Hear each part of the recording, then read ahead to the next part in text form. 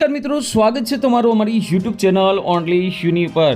મિત્રો ખાસ કરીને હોળી પર મોટું ચંદ્રગ્રહણ મિત્રો લાગવા જઈ રહ્યું છે અને આ ચંદ્રગ્રહણની વાત મિત્રો આપ સૌએ સાંભળીએ છીએ કે આ વખતે હોળી ઉપર એટલે કે પૂનમ ઉપર મોટું ચંદ્રગ્રહણ લાગશે, જેને કારણે આ વખતે હોળી કયા સમયે પ્રગટાવની થશે સૌને લઈને મોટી મૂંઝવણ છે। કેટલાક વિસ્તારમાં એ પણ જોવા મળ્યું છે કે હોળી 2 તારીખે ઉજવાશે કે 3 તારીખે ઉજવાશે, કારણ કે 3 તારીખે વહેલી સવારથી જ સૂતકકાળ શરૂ થઈ જશે અને રાત પડતાની સાથે ચંદ્રગ્રહણ જોવા મળે છે, કારણ કે ચંદ્રગ્રહણનો સૂતકકાળ 9 કલાક પહેલાં શરૂ થઈ જતો હોય છે અને ખાસ કરીને 3 એવી રાશિ છે જેને મોટી અસર પણ થશે, સાથે સાથે કેટલીક રાશિ છે જેને ફાયદો પણ કરાવવામાં આવશે। અને મિત્રો ખાસ કરીને આપણે હવામાનને લઈને આગાહી કરીએ છીએ તો ચોમાસાનો વર્તારો મિત્રો ચંદ્રગ્રહણ છે, ગ્રહણ છે તો વર્તારાને લઈને કેવી માહિતી છે તો આ તમામ માહિતી મિત્રો આજના વિડીયોની અંદર આપણે કરવાના છીએ, તો આ વિડીયોને અંત સુધી જોજો। તેમજ અમારી યુટ્યુબ ચેનલ ઓનલી શ્યુ પર આપ નવા હો તો ચેનલને સબસ્ક્રાઇબ કરી દેજો, તેમજ મિત્રો આ વિડીયોને લાઇક કરી દેજો। તો તમામ માહિતીની વાત કરતા પહેલા સૌપ્રથમ આપણે જાણી લઈએ કે માર્ચ 2026નું પ્રથમ અઠવાડિયું છે ધાર્મિક અને ખગોળીય જે ઘટના છે તેના લઈને ચાલવાનું છે। આ વર્ષનું આપણે જોવા જઈએ તો ભારતની અંદર પ્રથમ ચંદ્રગ્રહણ ફાલ્ગુન પૂર્ણિમા એટલે કે ફાગણ મહિનાની પૂર્ણિમાના દિવસે એટલે કે હોળીના દિવસે સર્જાવાનું છે। એક તરફ હોળીનો જે ખૂબ જ પ્રખ્યાત ખૂબ જ ઉત્સાહનો તહેવાર છે તો બીજી તરફ મિત્રો ચંદ્રગ્રહણ છે। આવા સમયે પ્રશ્ન સ્વાભાવિક ઉઠે છે કે હોળી પર આ ગ્રહણનો પડછાયો પડશે કે કેમ, તો આ તમામ પ્રશ્નોના જવાબ આજના વિડીયોની અંદર તમને મળી જવાના છે। જ્યોતિષ શાસ્ત્ર જે એસ્ટ્રોલોજી છે એના અનુસાર જ્યારે પણ કોઈ પર્વ ઉપર કે તહેવાર ઉપર જ્યારે પણ ગ્રહણ સર્જાય છે ત્યારે મિત્રો આ ગ્રહણનું ધાર્મિક મહત્વ છે અને એનો પ્રભાવ છે એ ખૂબ જ વધી જાય છે।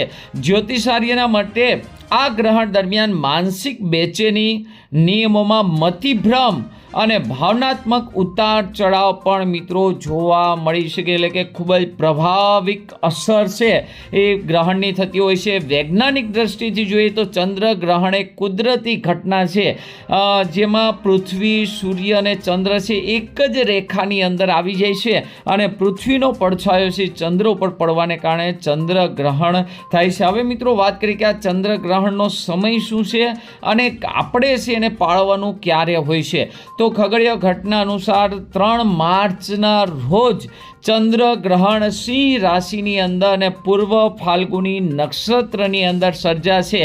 મિત્રો રાશિ યાદ રાખજો, સિંહ રાશિની અંદર, અને ભારતમાં ગ્રહણ છે એ સૂર્યાસ્ત સમયે મિત્રો ખાસ કરીને જોવા મળવાનો છે। અહીંયા તમને ટાઈમ પણ આપી દીધો છે, ગ્રહણ છે એ દેખાવનું શરૂઆત થઈ જશે બપોરે 3:20 3 માર્ચના રોજ અને ગ્રહણ પૂરું થશે સાંજે 6:46 મિત્રો પૂરું થઈ જશે, એટલે કે ત્યાર પછી ગ્રહણ રહેશે નહીં અને ખાસ કરીને હોળીનો તહેવાર છે તો તેને લઈને પણ આપણે ચર્ચા કરશું। હવે સૂતકકાળ હોય છે તો ખાસ કરીને તેની અંદર સારા કામ કરવામાં આવતા નથી। ચંદ્રગ્રહણનું સૂતકકાળ મિત્રો 9 કલાક અગાઉથી લાગુ પડે છે અને સૂર્યગ્રહણ હોય તો એનું સૂતકકાળ 12 કલાકથી લાગુ પડે છે। તો આ 9 કલાક પહેલાં એટલે કે 3 માર્ચના રોજ સવારે 6:20 એટલે કે સવારે 6:20 સૂતકકાળ છે એની શરૂઆત થઈ જશે, જેને લઈને રસોઈ છે, મંદિરના દરવાજાઓ છે આ બધું મિત્રો બંધ કરી દેવામાં આવે છે। ધાર્મિક માન્યતા અનુસાર આ દરમિયાન મંદિરોના દ્વાર પણ મિત્રો બંધ રહે છે અને કોઈ પણ જાતના શુભ કાર્ય, પૂજાપાઠ, લગ્ન, હવન અથવા કોઈની જનોઈ પ્રસંગ હોય, કોઈ પણ જાતના કામ હોય, નામકરણ વિધિ હોય તો એ પણ મિત્રો કરવામાં, કોઈ પણ પ્રકારના ટૂંકમાં ગ્રહણના દિવસે શુભ કામ કરવામાં આવતા નથી। આ કાર્યો છે એ સૂતકકાળ દરમિયાન કરવામાં આવતા નથી। જો કે આ નિયમ એ સ્થળોએ લાગુ પડે છે જ્યાં ગ્રહણ દેખાવાનું હોય છે, પણ જ્યાં ગ્રહણ દેખાવાનું ન હોય ત્યાં નથી। ભારતની અંદર આ ગ્રહણ દેખાતું હોય છે તો 9 કલાક પહેલાં મિત્રો આ તમામ કામ છે એ મિત્રો બંધ કરી દેવા પડે છે અને અમુક જગ્યાએ લોકો રસોઈ રસોઈ પણ નથી કરતા અને ઉપવાસ રાખે છે. ભારતની અંદર કયા વિસ્તારમાં ગુજરાતમાં ક્યારે ચંદ્રગ્રહણ દેખાશે તો તેને લઈને વાત કરીએ તો ભારતના લગભગ મોટા ભાગના વિસ્તારોમાં દેખાશે, ગુજરાતમાં પણ દેખાશે. એનો મતલબ એમ થયો કે એનો સૂતક કાળ માન્ય રહેશે, એટલે કે સવારે 6:20 મિત્રો સૂતક કાળ શરૂ. આ સિવાય Asia, Europe, Australia, Africa, America જેવા દેશોની અંદર પણ દેખાવાનું છે. ભારતની અંદર સૂર્યાસ્ત સમયે દેખાવાનું છે, ખાસ કરીને 3:20 એટલે કે સાંજના સમયે દેખાવાનું છે. એટલે લોકો છે પોતાની નરી આંખે મિત્રો જોઈ શકશે. ચંદ્રગ્રહણને જોવું એ આંખો માટે હાનિકારક નથી, એટલે કે તમે નરી આંખે પણ જોઈ શકો છો. સાથે મિત્રો કઈ રાશિઓએ સતર્ક રહેવું જોઈએ તો ખાસ કરીને જ્યોતિષારીઓ એમ કહે છે કે આ ગ્રહણ છે સિંહ રાશિની અંદર લાગે છે, જેના કારણે કેટલીક રાશિઓ પર એનો પ્રભાવ પડશે. 3 રાશિની આપણે વાત કરીએ જેના પર વિશેષ પ્રભાવ રહેશે. જેને પહેલી રાશિ છે સિંહ રાશિ. આ રાશિમાં જ ગ્રહણ લાગવાનું હોવાથી આ જાતકોએ ગુસ્સો, લાગણીઓ પર નિયંત્રણ રાખવું જોઈએ. સ્વાસ્થ્યને અનુલક્ષીને થોડીક સાવધાની પણ રાખવી જરૂરી છે. અનાવશ્યક તણાવથી બચો અને કોઈ મોટા નિર્ણયો છે લેવામાં તમારે ટાળવું જોઈએ. કોઈ મોટા નિર્ણયો તમારે લેવા જોઈએ નહીં. આ સિવાય કર્ક રાશિની વાત કરીએ તો કર્ક રાશિ છે એનો રાશિ સ્વામી શ્રી ચંદ્ર છે. આ સંજોગોમાં ગ્રહણ દરમિયાન આ રાશિના જાતકોએ માનસિક બેચેની, મૂંઝવણ, નિર્ણય લેવામાં મુશ્કેલી ઊભી થઈ શકે છે. પરિવાર સાથે સંલગ્ન બાબતોમાં પણ ગેરસમજણ વધી શકે છે. આથી વાતચીત કરવામાં થોડુંક મિત્રો તમે ધ્યાન રાખશો તો ફાયદો રહેશે. આ સિવાય કુંભ રાશિ, તો આ રાશિના જાતકોના બનતા કામોમાં અડચણ આવવાના યોગ છે મિત્રો બની રહ્યા છે. રોકાણ કે મોટા આર્થિક નિર્ણયોની હાલ અંતર જાળવવું, એટલે કે એને અટકાવી દેવા જોઈએ અને કોઈ પણ પ્રકારનું જોખમ ઉઠાવવાથી બચવું જોઈએ. તો આ 3 રાશિને મિત્રો ખાસ કરીને ધ્યાન રાખવું પડશે, સિંહ, કન્યા અને ઓલી રાશિ. અન્ય રાશિઓ પણ ગ્રહણનો પ્રભાવ છે થોડો ઘણો રહેતો હોય છે. માનસિક સંતુલન છે મિત્રો જાળવી રાખવી. હવે છે સૂતક કાળ, જે મિત્રો સવારે 6:20 શરૂ થઈ જશે.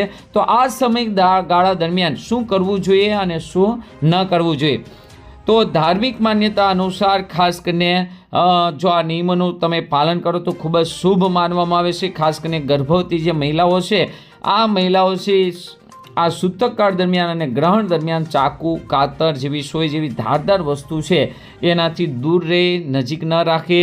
સૂતક કાળમાં ગ્રહણ દરમિયાન ભોજન રાંધવું જોઈએ નહીં. જોકે ઘરડા અને બીમાર લોકો છે એને મુક્તિ આપવામાં આવી, બાકી રસોઈ કરવાની પણ મિત્રો મનાય છે. ગ્રહણ કાળમાં કોઈ પણ નવા કાર્યની શુભ શરૂઆત નહીં કરવા જોઈએ અને ભગવાનના જે મંદિરના દરવાજા છે એ મિત્રો બંધ રાખવા જોઈએ. હવે મિત્રો ગ્રહણ દરમિયાન આપણે શું કરવું જોઈએ તો ઓમ નમઃ શિવાય અથવા વિષ્ણુ સહસ્ત્ર નામનો પાઠ છે એ કરવો જોઈએ. મંત્ર જાપ કરવા જોઈએ. સૂતક કાળ શરૂ થતાં પહેલાં ખાવા પીવાની જે વસ્તુઓ છે એને તુલસીના પાન નાખવાની પરંપરા છે એને જાળવી રાખવી જોઈએ. આ સિવાય ગ્રહણ સમાપ્ત થાય ત્યારે સ્નાન કરવું જોઈએ અને ઘરની અંદર પણ ગંગા જળ છાંટવું જોઈએ. આ દિવસે સફેદ વસ્તુ જેમ કે દૂધ, ખાંડ અથવા સફેદ કપડાનું દાન કરવું એ ખૂબ જ શુભ માનવામાં આવે છે. હવે મિત્રો વાત કરી કે હોળી કઈ તારીખે રહેશે અને ગ્રહણ સાથે આપણે શું સાવધાની રાખીએ તો 3 માર્ચ 2026ના રોજ હોલિકા દહન પણ છે અને આ દિવસે ચંદ્રગ્રહણ પણ સર્જાનું હોવાથી ધાર્મિક દ્રષ્ટિએ હોળીની જે પૂજા છે એને લગતા જે અનુષ્ઠાન છે જે અગાઉ કરવાના હોય છે એને સૂતક લાગતા પહેલાં એટલે કે સવારે 6:20 પહેલાં આપણે કરી લેવા જોઈએ. અથવા ગ્રહણ જેવું પૂરું થાય આપણે 6:20 ગ્રહણ પૂરું થશે સાંજને તો 6:47 તો ત્યારે મિત્રો ખાસ કરીને આપણે આ કામ કરવા જોઈએ. તો તેની વચ્ચેના સવારમાં 6:20 થી 6:46 સુધી મિત્રો કોઈ પણ કામ કરવા જોઈએ નહીં. હોળીને લગતા પણ કામ કરવા જોઈએ નહીં તેની સલાહ આપે છે. આ સિવાય જ્યોતિષારીઓની ગ્રહણ કાળમાં કોઈ પણ પ્રકારના માંગલિક કાર્ય પણ સદંતર બંધ છે.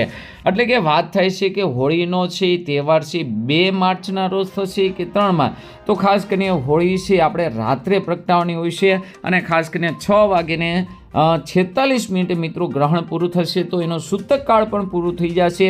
તો ત્યારબાદ મિત્રો ગંગાજળનો છંટકાવ કરી અને હોલિકા દહન પણ કરી શકો છો.